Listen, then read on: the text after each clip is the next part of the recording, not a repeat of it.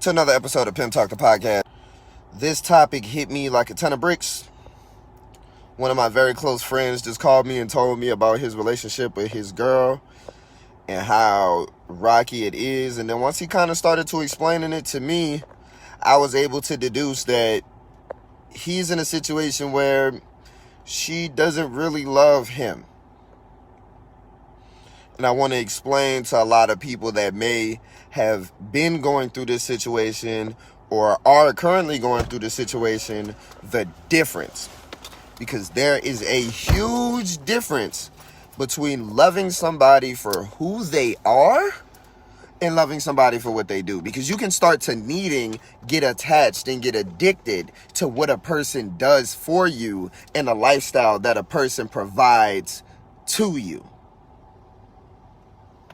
You can fall in love with how a person treats you and never actually love that person. But it's real easy to tell. Have you ever dated somebody and it always felt like they asking you to do a little bit more? It always seems like you can never just truly please that person. Have you ever been in a relationship where it felt like you was just never like enough for that person? You know why? Because they never fucked with you. They never wanted to be with you. But you got all of the traits of the person that they see themselves with. It's rough. And the worst part about it, they're going to give you just enough affection, just enough love, just enough care to stay. That's it. They're never going to love you unconditionally. They're never going to make you feel like you're the best person in the world. None of that shit. It's always going to come off as if, man, you almost got me just in love with you. You almost got me just head over heels. You almost got me infatuated. It's just right there every time you do something that they like, love, enjoy. But they don't like, love, and enjoy you for you. Let me give you another example. Have you ever noticed it seems really weird that she let her ex get away with this, that, the third? She let her ex say this, that, the third. But it seems like you gotta be a super nigga just to get her time and energy and affection. You know why? Because she already fucks with him. He doesn't have to prove why he's there, because she wants him there. She never necessarily wanted you there. So every day you gotta prove why she's letting you stay there. And I'm not talking about like in her house. I'm talking about like in her life. And this doesn't just go for women. This goes for men too. But the situation that got brought to my attention was my partner and his girlfriend. So ladies, please just reverse anything I'm saying, because it is extremely poignant. Niggas do this shit as well. They may find the bitch, and what they usually do is they do this, and the worst part is they do this to women that actually really shouldn't be getting this. It'd be like they think she's cute enough, but the personality, they don't like it. Or they love her personality, but she's not really the look that the nigga want, but she treats him just like he want to be treated, so he's gonna string the bitch along. He's gonna make the bitch feel almost important, almost special, almost like she done found the one, the nigga. And then, especially with women, they take the challenge of changing a nigga who they like and care about instead of finding a ready-made nigga mentally, emotionally, spiritually.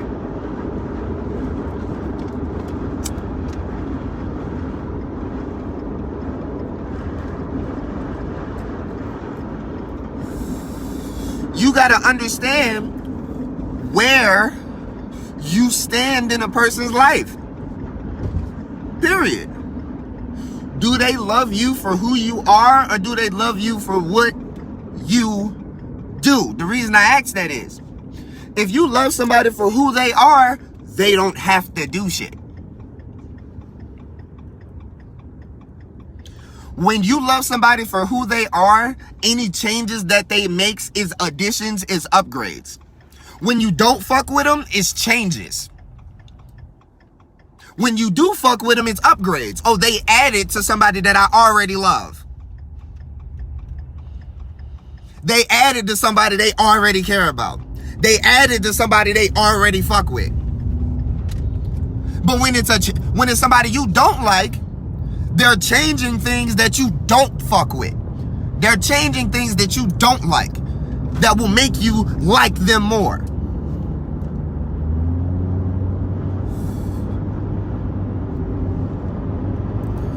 And a lot of people do this shit. You can leave a motherfucker, yeah.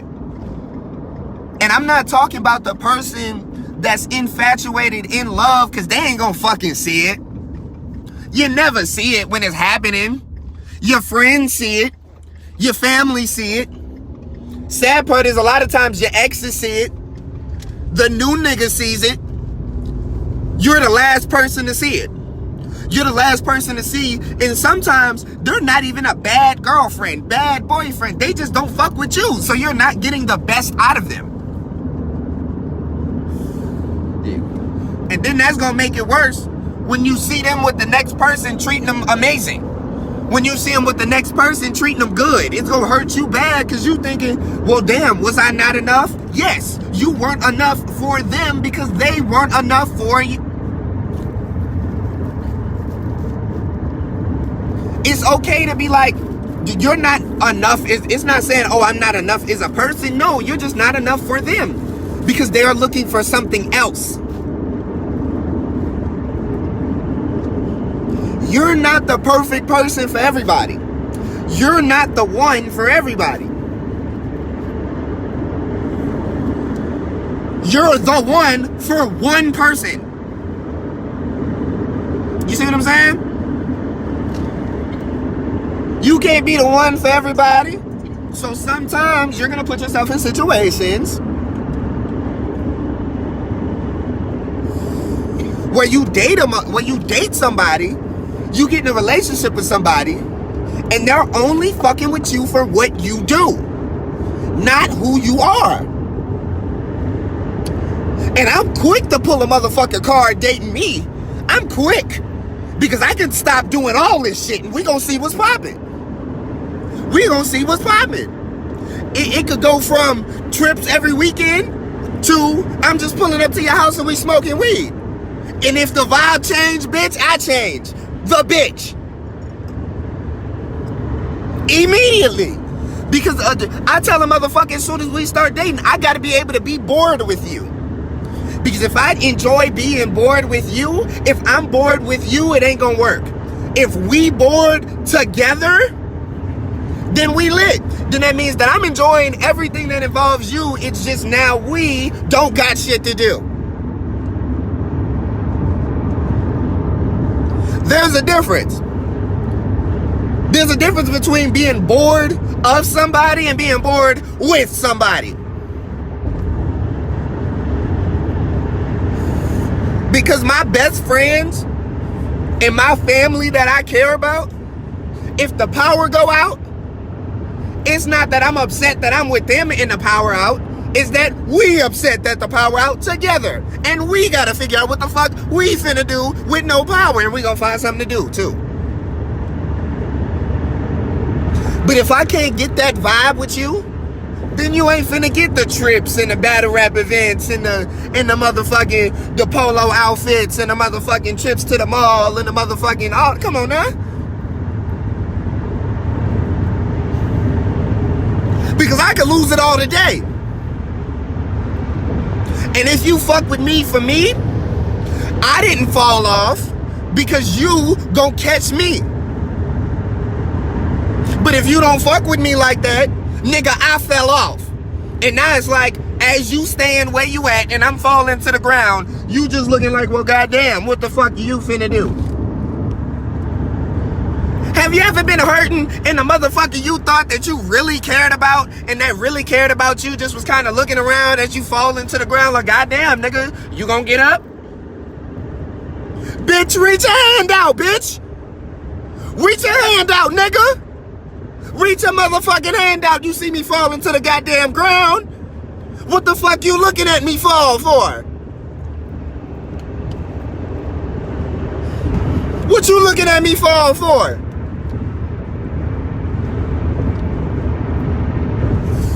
That hurts. That hurts. That hurts. And that's why motherfuckers be ready to murder people. That's why motherfuckers be ready to fight to the death when you just talk about you finna up and leave. Because they didn't give it everything to you. And the worst part is, because you didn't appreciate what they gave and they cared about you, they gave even more than they were supposed to give. They gave what they didn't have. They created shit that wasn't there to give you because they done already gave you everything and you needed more. And that's why it's a lot of people that become stronger after relationships, because it's like, goddamn, I done learned how to do all types of new shit trying to give it to this bitch or to try to give it to this nigga. And now that I ain't giving it to him no more, I can give it to myself. Look at all the amazing shit I can do for myself that I didn't know that I could do, that I was doing for your stupid ass. Ma'am, sir.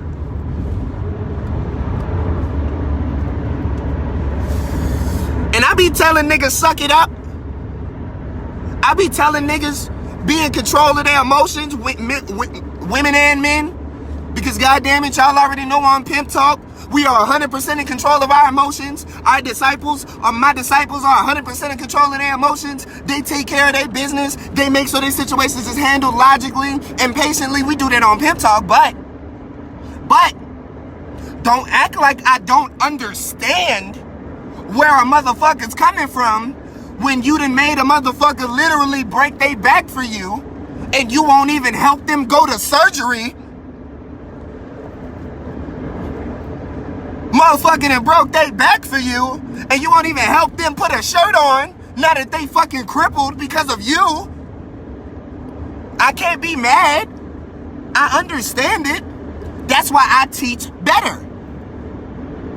That's why I teach growth emotionally, because the motherfuckers is fucked up out here. And that's the worst.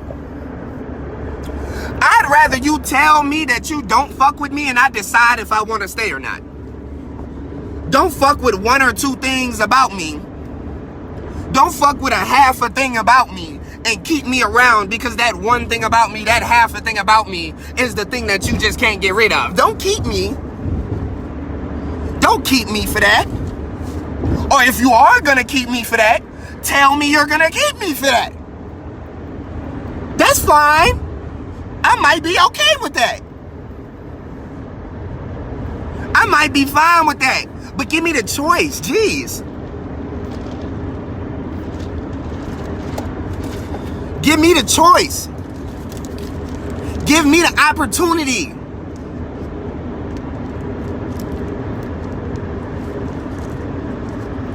Because without the choice, without the opportunity, you put a motherfucker in situations where they do things when they have no choice. Do you ever hear good news when a motherfucker be like, I gotta do something? Why did you do it? Oh, I had no choice. That's never good news. You never did something you wanted to when the next statement was, oh man, I had no choice. Don't put nobody in a situation where they gotta do something because they have no other choice. That's fine.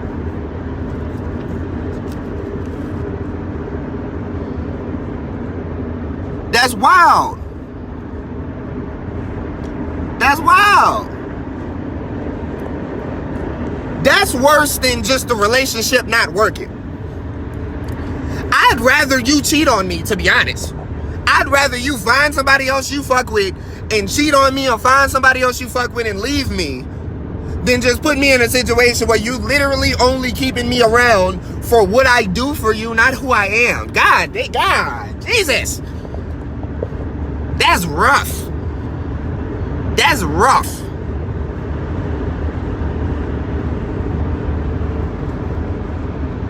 And niggas be doing it for shit like sex. Women be doing it for shit like financial gain. Don't love the nigga, don't like the nigga, but he paying for shit and you can't really stop living the lifestyle that you living. You might have your own money, but do you have your own money to live the same life that you was living with your money and his money? And when it comes to these niggas, you keeping this bitch around, you don't love her, you don't care about her, but she the only consistent pussy you got, or she the only piece of pussy you got that does more than fuck you. You don't love this girl, but she the only bitch that'll fucking bail you out of jail and your other hoes won't. She the only bitch that'll actually let you stay the night when you've been out trapping too fucking long and you can't go back to where the fuck you was at. So you staying with this hoe.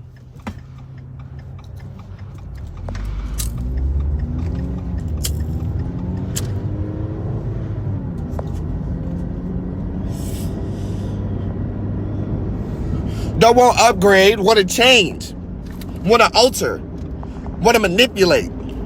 Shit.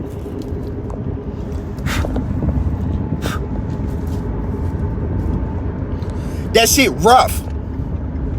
Because we're adults now, yeah. So it's more now than just when we was in high school and in college, it didn't matter. If I dated you in high school or I dated you in college, that shit ain't matter. We was young and fucking and experimenting and learning. That shit ain't matter. But we adults now. So when I'm fucking with you, a lot of times it's more than just me fucking with you and we just fucking and hanging out and shit. I'm investing time, energy, money that I can be investing in my fucking future. So, some of us got kids. I'm literally time away from my children for you. Time away from my seed for you. Because I see growth. I feel bad for women who really be thinking that the dude that they fucking with is gonna be the next nigga that they fucking with. They really introduce them to their kids and shit like that. And then the nigga just disappear. Because shit like that leaves a two-pronged experience. Let me explain something to y'all when y'all do that to women, okay? When you leave a bitch after being introduced to her kids, it does two things. One, not only does it raise questions to her kids, especially if the kids is old enough, but two, it makes it harder to date for two different reasons. Now she's nervous to have new motherfuckers around her kids because you ain't trying to have too many people around her kids, but at the same time, now she's nervous because if she doesn't let the new nigga feel comfortable enough to see the kid, then he may feel like that she's not taking him serious. So it's like now you a lose-lose situation. You let the nigga see the kids, it's like it's too many motherfuckers you seeing the kids. You don't let the nigga see the kids, now it's like, do you actually see a future with the nigga? You let the nigga see the kids, you putting them in danger. You don't let the nigga see the kids, you don't trust them. And you wonder why women be so confused dating and shit, especially when they got children. Motherfucking heathens and shit. That's why I call them heathens. Do you know why I call them heathens? Y'all go look up what heathens mean, please. They don't do it. It's mindless. It's mindless. And there's nothing wrong with a child who doesn't know anything being mindless. Their mind is literally growing. So of course, children will do things mindlessly. Like mindlessly be a nuisance. Mindlessly be inconvenience. Why? Because they have to be fed and be taken care of 100% of the time. And I had a fucking date while doing that. How? Just for you to fuck with me for 2-3 months, but you don't really fuck with me. and you're gone now.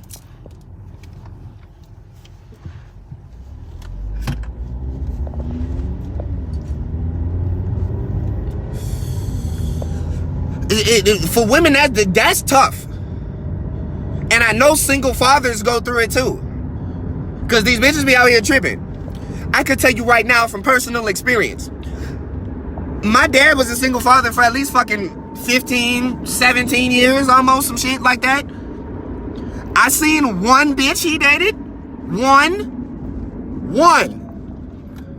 I've seen one that my father has ever dated in 17 years. She didn't last. Me and my little brother still make fun of him about that bitch to this day. It lets you know every single person you bring around your kids is gonna leave an impression. So with that, I understand why people are nervous, and you can't get mad at people for stuff like that. But you also can't be playing with people's emotions and stuff like that, and playing with people's affections and stuff like that.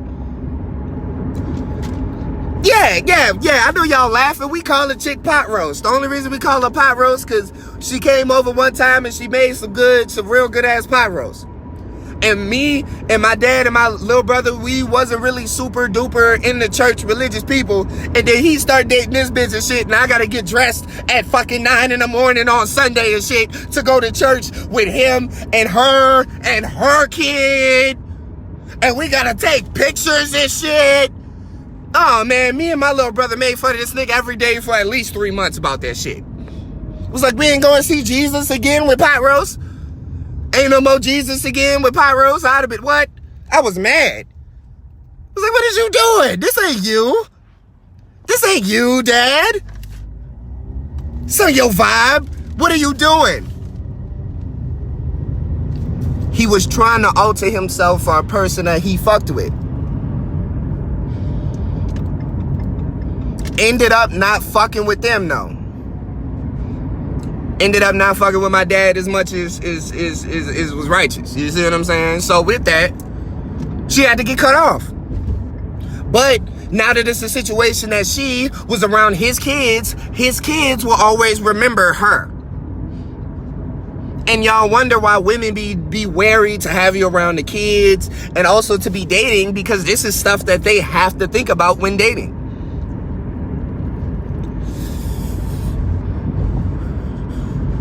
Please don't play games with me. That's a lot of... Bro, I hated church, bro. I hated church. Hated it. It was too expensive. Bro, these niggas is jugging, bro. Church be jugging, bro. Damn. God damn, dog. Look, I be preaching the gospel. I don't be asking you niggas for fucking $50 a day. Shit. Motherfuckers, I have old black women going to church 4 times a day, going in their purse every fucking day. They be paying a little bit more than 10%. I thought they said tithe was 10%, not 10,000%. God damn. Damn. No, I hated church. I love the word. I love the message. You see what I'm saying? But another reason why I stopped going to church, I read the Bible front to back. From Genesis to Revelations. I didn't read it as a Bible. I read it as a book. And when you read it as a book, it's a little, I don't like, dog. I can't deal with the contradictions. I can't deal with the contradictions. So I'm not going to go into detail. This isn't a church episode. If you guys want me to have an episode on religion and Christianity, I can only really talk about Christianity in full detail because that's the only religion I am well versed in and have experience in. But if anybody else that may be experienced in another religion would like to have that episode, I would love to have that episode. That is no issue for me. But all I'm going to say is, stop reading the Bible as because put it like this. If I took certain parts of Harry Potter and read it and then told you a message about what this part could mean, then goddamn it, I can make Harry Potter sound like a fucking religious book if I made every single thing that was read in the bit seem positive. What the hell? I could make a Dr. Seuss book seem inspirational. It's about how you say it, not what you say, nigga. It's about selling it. It's about selling it. And that's why I didn't fuck with Christianity, because I was like, nigga, I could do this. I could do this. That's why I stopped fucking with it. The moment that I looked around at the pastors that are making tens of millions of dollars, and I'm like, so all I gotta do is just make parts of the Bible seem nice? Nigga, I could make parts of anything seem nice.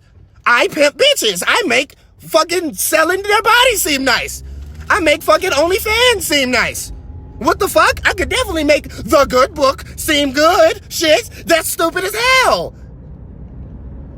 Let me stop, because I'm gonna go into the episode, and I want to save that for a full-length episode. Let's just say there's a reason. One of the reasons why I call myself the Young God is based on the argument that I'm giving right now.